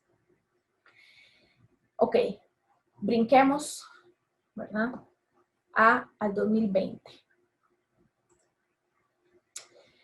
¿Qué persistencias podemos ver entre lo que sucedía fuera del Valle Central en 1821 y lo que nos encontramos hoy en el 2020 fuera del Valle Central? Podemos ver una serie de poblaciones que persisten hasta el día de hoy, cuyos territorios se han reducido o han cambiado, pero que aún así persisten. Ya hablamos de los bribris y los cabécares en el Caribe Sur, ya hablamos de Terra y de Boruca en el Pacífico Sur, y ya hablamos de los malecos en las llanuras del norte. La otra cosa que se parece, pero no es igual, es que hay una serie de territorios reconocidos, en realidad esta es una gran diferencia, ¿verdad?, pero muy disminuidos, ¿verdad? Es decir, el control territorial que tenían estas poblaciones en 1821, cuando eran mayoritariamente independientes, se ha visto reducido drásticamente al día de hoy, y todavía la reducción es más drástica si tomamos conciencia que esos territorios que están legalmente delimitados, buenas porciones de esos territorios no están en manos indígenas, ¿verdad? Estas poblaciones que están afuera del Valle Central también han vivido una serie de expansiones y de adaptaciones. Vuelvo a esta idea de que no son poblaciones que están congeladas en el tiempo, ni están sembradas ahí como un árbol que no puede moverse, ¿verdad?, sino que son poblaciones que son dinámicas y que están transformándose con una sociedad que se transforma. Y aquí hay una presencia indígena muy significativa en zonas rurales que no son exclusivamente los territorios indígenas, como trabajadores temporales, ¿verdad? Tenemos la población Guaymí, pero también históricamente la población Cabécar, por ejemplo, desde principios del siglo XX, también iba a coger café a haciendas de Tuís, por ejemplo. Es decir, esa relación de mano de obra indígena que participa en las labores agrícolas como mano de obra temporal tiene una larga tradición histórica que también debe estudiarse más. Y también como habitantes permanentes, ¿verdad? Es decir, hay igual en toda esta zona fuera del Valle Central, hay población indígena que está establecida en zonas que no son los territorios indígenas, pero que es población indígena, y esa está también muy invisibilizada. Además, en ese periodo, ¿verdad?, anterior a entre 1821 y el 2020, surgieron una serie de asentamientos que sin embargo, indígenas, que sin embargo no fueron protegidos. Es decir, no se van a convertir en territorios indígenas reconocidos. Y el mejor ejemplo de esto que yo tengo es el caso de Palmar Norte, ¿verdad? Que vean acá en 1927, este es un mapa que yo hice con base en el censo de 1927, en azul con puntito rojo están todos los asentamientos que eran muy mayoritariamente indígenas, y aquí vemos que estos fueron los que, en principio, los que van a ser las primeras los primeros territorios indígenas reconocidos: Chinaquechá, Terra Baburuca, Cabagra, Salitre y Hojarrás. Pero vean que el puntito este del Palmar, que se llama el Palmar de los Indios, no fue, ni hoy en día es reconocido como un territorio indígena, y eso tiene que ver en buena medida con que estas eran tierras bananeras de primera. Y a partir de los años 30 empiezan las plantaciones bananeras y pasa algo parecido a lo que pasó en el Valle Central, ¿verdad? Cuando hay intereses económicos de tal nivel, la persistencia indígena es totalmente secundaria dentro de la visión que se tiene. Pero además, ¿verdad? En el 2020 hay una serie de grupos, ¿verdad? Como esos misquitos de los que ya hablamos, que han ido llegando y han ido ocupando nuevos territorios. Ese es el caso de los Noes, antes conocidos como Guaymíes, ¿verdad? Que empiezan a establecer asentamientos permanentes en territorio costarricense desde los años 30. No quiere decir que no hubiera contacto antes, que no llegaran y se fueran, pero ya asentamientos permanentes es a partir de los años 30 y que son protagonistas de una gran lucha por ser reconocidos como ciudadanos costarricenses en los años 90, es la campaña de la cedulación. Tengamos eso en cuenta, que ya los cabécares, los bribris y todos los otros indígenas tenían cédula y eran ciudadanos, ¿verdad? La situación de los Noes en eso era particular. No es que todos los indígenas costarricenses no eran ciudadanos en 1990, en los años 90. Entonces, ¿qué pasa en resumen en el 2020 fuera del Valle Central? Esos indígenas son los más visibles, es decir, los que la gente reconoce, los que la gente sabe que existen en el siglo XXI.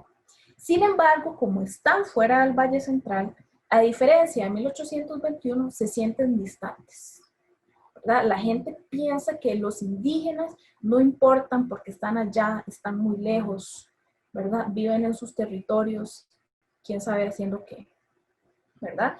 Y esa percepción de que están muy lejos, que están allá, ¿verdad? En unas zonas a las que les es muy difícil llegar, influye en la persistencia de la idea de que la Costa Rica que importa es la Costa Rica blanca, ¿verdad? Y los indígenas no tienen ningún impacto. Esa es la idea, ¿verdad? Generalizada, que realmente no tienen impacto sobre las cosas supuestamente importantes que pasan en el país. Acá les muestro, ¿verdad? Los territorios en rojo, territorios legalmente reconocidos de los Noes, ¿verdad? Y ya para hablar un poquito muy rápidamente de este último tema, ¿verdad? Lo que yo le llamé los nudos, ¿verdad? O los grandes desafíos que siguen sin estar resueltos en el 2020 en relación con las poblaciones indígenas. Y yo identifiqué 3, pero definitivamente podemos hablar de más, que es el territorio, el racismo y la autonomía, ¿verdad? En los años 70, incluso hasta los años 90, persistía esta idea de que finalmente las poblaciones indígenas estaban recibiendo o estaban logrando una de sus grandes demandas, que era tener territorios, acceso asegurado a los territorios. En el 2020 lo que nos encontramos es que ese supuesto gran logro de los 70s, 80s y 90s no ha sido tan grandioso, ¿verdad? Entonces, en el 2020 y por lo menos desde el 2010, si no antes, está claro que esos territorios legalmente delimitados están bajo asedio, ¿verdad? Están siendo asediados por intereses diversos y por una ocupación muy significativa de esos territorios de personas no indígenas, ¿verdad? Entonces aquí vemos la paradoja, ¿verdad? De que efectivamente hubo un reconocimiento de territorios, pero el acceso no se ha asegurado Y no solo no se ha asegurado, sino que los indígenas están de forma palpable, han estado perdiendo acceso a ese territorio, ¿verdad? Y esto es lo que explica en alguna medida las recuperaciones que se están viviendo en los territorios indígenas. Y aquí lo que hay, digamos, la realidad más dura es que a pesar de la legislación, la posesión efectiva no se ha asegurado en esos territorios. Aquí yo les dejo esta pregunta, ¿estaremos ante un déjà vu, verdad? ¿Será que terminarán desapareciendo tal como sucedió en 1800, después de 1821 con los indígenas del Valle Central, ¿verdad? Y más aún, como sociedad, es eso, es ese el lugar hacia el cual deberíamos movernos o no. Acá les muestro nada más rápidamente el caso de Salitre, ¿verdad? En rojo, en este mapa, en rojo están todos los territorios que estaban en posición no indígena antes de que se iniciaran las recuperaciones en el 2010. Y vean que era un 40% del territorio. Y después de las recuperaciones, bueno, estos datos son del 2017, un 29%, ¿verdad? Pero vean que y Salitre no es el caso más dramático en cuanto a un territorio que legalmente es indígena y que sin embargo un pedazo muy significativo de él está en manos de los indígenas. Hay casos todavía peores que el de Salitre. Y acá, bueno, una serie de noticias que han salido últimamente, realmente en el último mes, que muestran los profundos desafíos, ¿verdad? Y la inoperancia del Estado, de las distintas instituciones estatales, para dar respuesta a demandas urgentes de las poblaciones indígenas. Aquí vemos el caso de Chinaquichá, ¿verdad? El hecho de que el supuesto plan que el gobierno tenía para sanear la propiedad territorial en los territorios indígenas se aplazó por otros 3 años, y el hecho de que la Fiscalía, ¿verdad?, hace muy poco pidió desestimar, archivar la causa por el asesinato del líder indígena Sergio Rojas. Entonces, realmente, este momento, el 2020 en el que estamos, en este momento, no es un momento de optimismo, es un momento de desazón y de profunda incertidumbre. ¿Qué pasa? Aquí voy a ir un poco más rápido porque ya es una presentación larga con el tema de la autonomía y el racismo. También son temas que siguen sin resolver, ¿verdad? En el caso de la autonomía, estamos hablando de autonomía política, es uno de los temas tabú en la visión, ¿verdad? Incluso que tienen las distintas autoridades costarricenses, esta idea de que los indígenas tengan autonomía política de verdad es uno de los temas más espinosos, ¿verdad? Y en el caso del racismo, realmente es un tema que persiste de 1821 hasta la actualidad, y de hecho es uno de los que no ha cambiado a través del tiempo. Esta percepción generalizada de que los indígenas son inferiores, de que los indígenas no están aportando, ¿verdad?, de que los indígenas no son valiosos, sigue muy asentada dentro de la visión de mundo de la mayoría de la sociedad, incluso y a pesar, y a veces incluso de manera sorprendente, a pesar de todo el discurso a favor de la diversidad cultural y de la multiculturalidad, que incluso llevó a que se cambiara el artículo 1 de la Constitución Política, ¿verdad? Pero ese cambio no ha tenido un impacto profundo en que persista la visión racista hacia los indígenas, y eso es profundamente grave porque esa visión racista se justifica, ¿verdad?, para mantener, para limitar sus derechos de todo tipo. Entonces, conclusiones muy rápidas, ¿verdad? Es cierto que ha habido cambios profundos en la distribución geográfica, en la legislación y en la relación con el Estado, ¿verdad? Ha habido cambios profundos. Sin embargo, aquí lo más interesante es qué imagen surge, ¿verdad? Surge una imagen, si uno compara 1821 y 2020, surge una imagen impresionante de persistencia de estas poblaciones indígenas y de dinamismo, es decir, las poblaciones indígenas no han estado congeladas en el tiempo, ¿verdad? Han estado moviéndose, transformándose, participando económica y políticamente digamos, en la historia que les ha tocado vivir, ¿verdad? Y aún así, hoy en día nos encontramos en una coyuntura en la cual ese optimismo de los 70s, 80s y 90s, de que finalmente se iba avanzando en los derechos indígenas, más bien se está transformando en desazón y en desesperanza ante la evidencia de que esta legislación que existe no ha sido suficiente y no hay voluntad política para hacer avanzar esas demandas de la población indígena. Entonces, viendo hacia el Bicentenario, ¿verdad? Lo que uno ve es que esos derechos están cada vez más amenazados y el interlocutor que tienen es un Estado que no encuentra, quizás por falta de voluntad, no encuentra cuál es la ruta, ¿verdad?, para asegurar esos derechos de las poblaciones indígenas. Y eso es.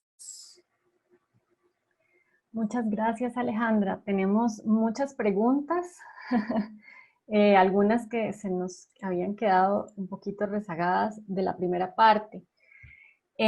Pregunta Sol Hernández con respecto, o comenta, muy interesante, especialmente sobre el desplazamiento forzado, pero hasta ahora poco conocido de los pueblos indígenas debido al negocio cafetalero. Las implicaciones fueron dramáticas, sin duda. Si podría ampliar un poco más sobre eso.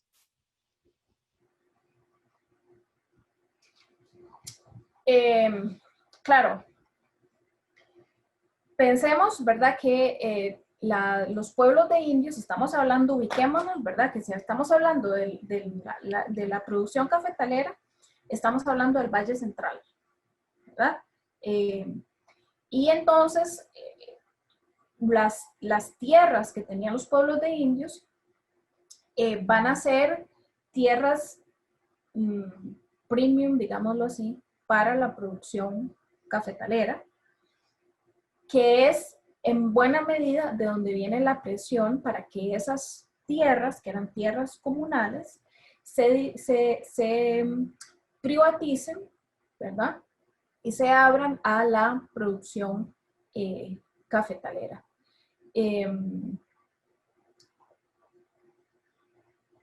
Sí,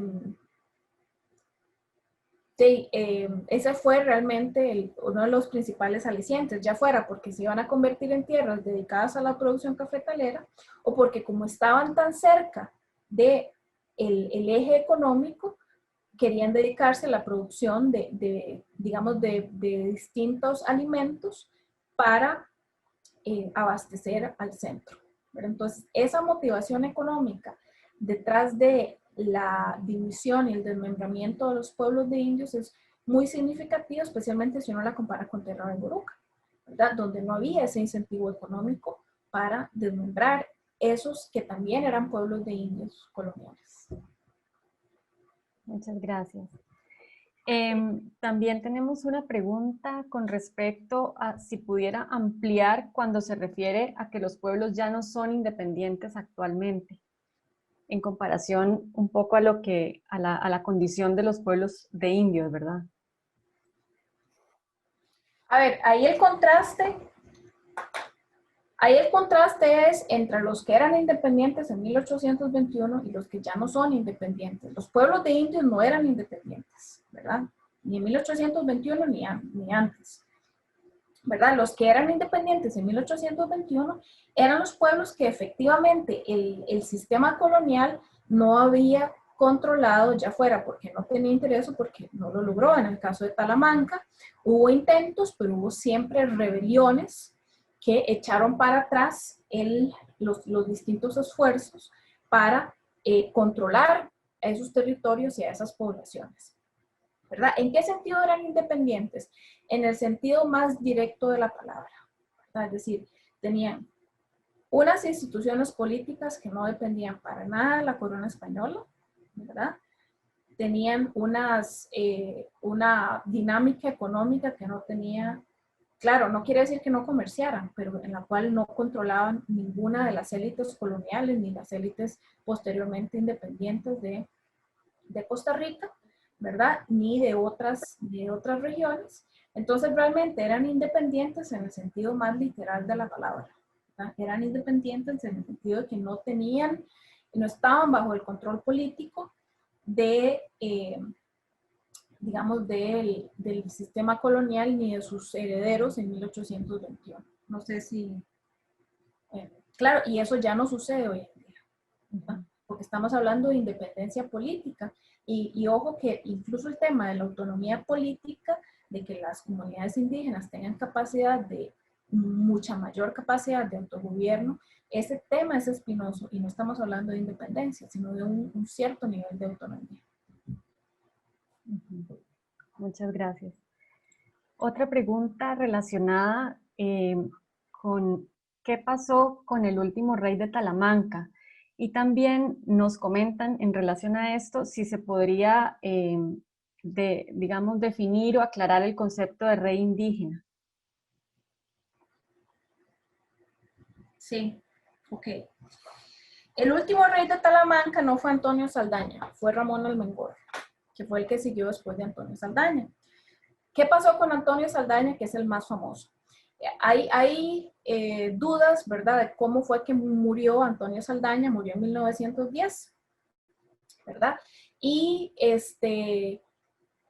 hay versiones contradictorias. Una gente dice que se envenenó por error y otra gente que fue envenenado porque ese era el momento en el cual estaba ingresando al Valle de Talamanca la compañía, la United Fruit Company, ¿verdad? Estaba comprando tierras, etc. En 1910 muere, junto con un poquito después de Antonio, muere digamos, el heredero, que era el sobrino de Antonio, que era José Saldaña. Él muere un poquitito tiempo después, en 1910, y quien queda entonces en el puesto de rey es el otro sobrino, que es Ramón Almengor. Ramón Almengor tiene menos poder y muere de una enfermedad pulmonar en 1922, y él sí fue el último. Después de ahí ya no hubo esa figura del rey de Talamanca. ¿Qué entendemos por rey? Aquí hay que tener presente que estamos usando el término que usaban los propios indígenas, ¿verdad? En español. Hay un término bribri para el rey, pero yo no voy a presumir de poder pronunciarlo bien en bribri, entonces no voy a hacer el esfuerzo. Pero en español, en castellano, ellos usaban el término rey. Y por eso yo también decidí usar el término rey. Otra gente le puede llamar cacique o cacique principal, pero en realidad no quiere decir que fuera un rey en el sentido como lo entenderíamos en el mundo europeo, ¿verdad? Era otro sistema político muy diferente, donde había otras figuras que tenían también poder político y poder ritual, ¿verdad? Estaba el usécar, que era todavía más importante. Estaban cantores funerarios, estaban un poquito más abajo los aguapa o los aguá, los suquias. Entonces era un sistema político complejo, pero sí es cierto que el rey tenía autoridad, y sobre todo el rey fue una figura muy importante en la negociación con el Estado costarricense, en ese proceso en el cual Talamanca empezó gradualmente a ser controlada por el Estado costarricense a finales del siglo XIX. Pues ahí lo dejo.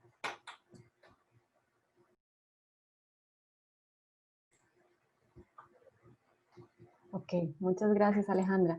También nos preguntan si la legislación sobre las poblaciones indígenas en Costa Rica es la misma desde la década de los 70.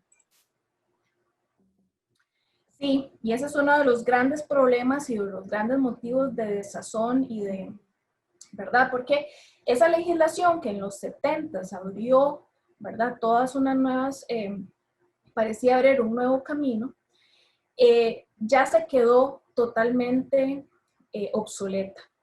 Y hubo un gran esfuerzo, pero de décadas, por aprobar una nueva ley indígena, ¿verdad? Que esa ley indígena iba a regularizar todas estas cuestiones de la autonomía política, la autonomía judicial, el control de los territorios, las instituciones que iban, indígenas que iban a gobernar esos territorios, porque hay muchas críticas a cómo lo hacen las ADIs, ¿verdad? O el tipo de institución que es la Asociación de Desarrollo Indígena. Y esa ley se llevó muchas veces a la asamblea, fue vista, se dialogó con las comunidades y nunca logró pasar, ¿verdad? Hasta que en el 2018 fue definitivamente archivada, ¿verdad? Entonces ahí es donde uno ve que no existe, hoy en día, a un año del Bicentenario, no existe voluntad de realmente atender, ¿verdad?, a esas demandas básicas de las poblaciones indígenas y se aplicó una legislación de los años 70 sin aplicarse correctamente y hoy en día las comunidades indígenas están en esa situación que se acerca mucho a la indefensión, ¿verdad? Ok, muchas gracias. Bueno, tengo unos comentarios en Facebook que los voy a leer. Es de la misma persona, Guillermo González Campos, comenta: es peligrosísimo generalizar y decir que todo el mundo es indígena porque enajena y roba la identidad de las comunidades indígenas. Por ejemplo, los territorios indígenas son para los indígenas. Si todos son indígenas, entonces todos pueden comprar tierra indígena. Así se ha gestado el despojo de tierras en la zona sur de Costa Rica. También esta misma persona comenta que el asunto de la invisibilización requiere ser revisado. En un trabajo reciente demuestro que a nivel de redes sociales ya existe un discurso sobre las poblaciones indígenas en Costa Rica y comparte un link a través de Facebook. Y finalmente, todavía los cabécares emigran a coger café. En Aquiares en esta época hay centenares y ahí se mezclan con los nicaragüenses. Es una dinámica interesantísima. Ok, tenemos ese comentario. También hay otra pregunta. Bueno, dice Carmen que bellísima la presentación, que tiene muchas preguntas y que si usted, Alejandra, enseña o va a enseñar este tema en un curso más extenso y cómo podría hacerle preguntas específicas de seguimiento si no lo puede hacer hoy. Quizás le pediría a Claudia y a la gente del museo que ojalá pudiera publicar mi correo electrónico. Claro que sí. Que se comuniquen conmigo. Yo soy profesora universitaria, ¿verdad? Entonces siempre estoy dando cursos, no necesariamente solo sobre este tema, pero no como un curso, digamos, abierto al público en general o de extensión, en realidad no. Me parece urgente, pero honestamente no está planeado en el futuro inmediato, pero tengo la ilusión de poder hacer algo al respecto en un plazo razonable. Ok, estoy compartiendo su correo por el chat de Zoom. Y unos últimos comentarios. Bueno, Gabriela comenta que en otros países se ha hecho un esfuerzo importante para rescatar el patrimonio olvidado y le han logrado otorgar un valor similar a la denominación de origen, elevando el valor de ese patrimonio y generando ingresos para las comunidades. Es un comentario. Odir nos pregunta si se puede mantener el patrimonio cultural en la modernidad.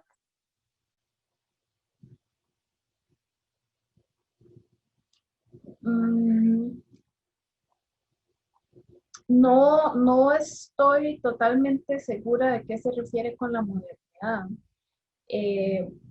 Bueno, en principio, todo grupo humano que exista tiene algún tipo de patrimonio cultural, ¿verdad? Ahí me imagino que él está pensando más bien en términos del patrimonio indígena.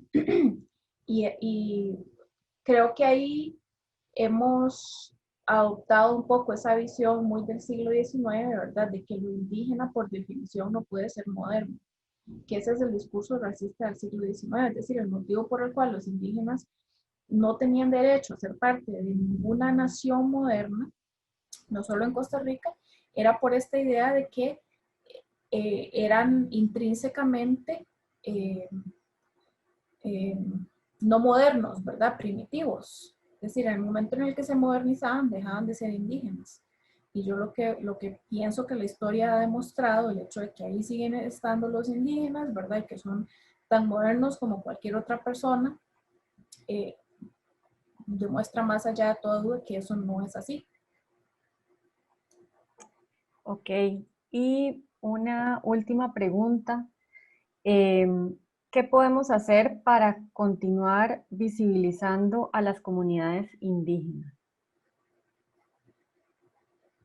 Bueno, esa es pero yo no tengo necesariamente una solución, ¿verdad? Porque por otro lado yo soy historiadora y yo no soy especialmente, yo no me dedico especialmente al activismo de ningún tipo, ¿verdad? Pienso, sin embargo, que el apoyo a las distintas luchas indígenas, ojalá los foros a los que uno tenga acceso, es muy importante y crear el ambiente, crear el discurso de que las necesidades de las poblaciones indígenas no son secundarias a lo que sucede en este país, ¿verdad? Es decir, que realmente importa, que lo que está pasando en Chinaquichá tiene un efecto que no afecta solo a las personas de Chinaquichá, sino que afecta a toda el tipo de nación y el tipo de sociedad en el que podemos llegar a convertirnos. Muchas gracias, Alejandra. Creo que con esto podemos concluir con la conferencia. Gracias por todos los elementos que nos ha dado para hacer un análisis crítico sobre la situación de los pueblos indígenas y también para hacer un análisis crítico sobre la sociedad, ¿verdad?, a nivel general y cómo se integra la diversidad cultural. Agradecerles a todas y a todos por habernos acompañado, haberse quedado durante toda la actividad. Realmente fue una actividad muy interesante y seguramente que vamos a querer tener a Alejandra en otras conferencias más adelante. Así que muchas gracias. Les agradezco muchísimo por haberse quedado. Fue una conferencia un poquito larga, pero de verdad agradezco la invitación y agradezco también la participación de las personas. Muchas gracias y los invitamos a continuar informándose a través de nuestras redes sociales, en donde pueden ver las diferentes actividades que estamos programando tanto vía Zoom como en Instagram y en Facebook. Muchas gracias. Hasta luego.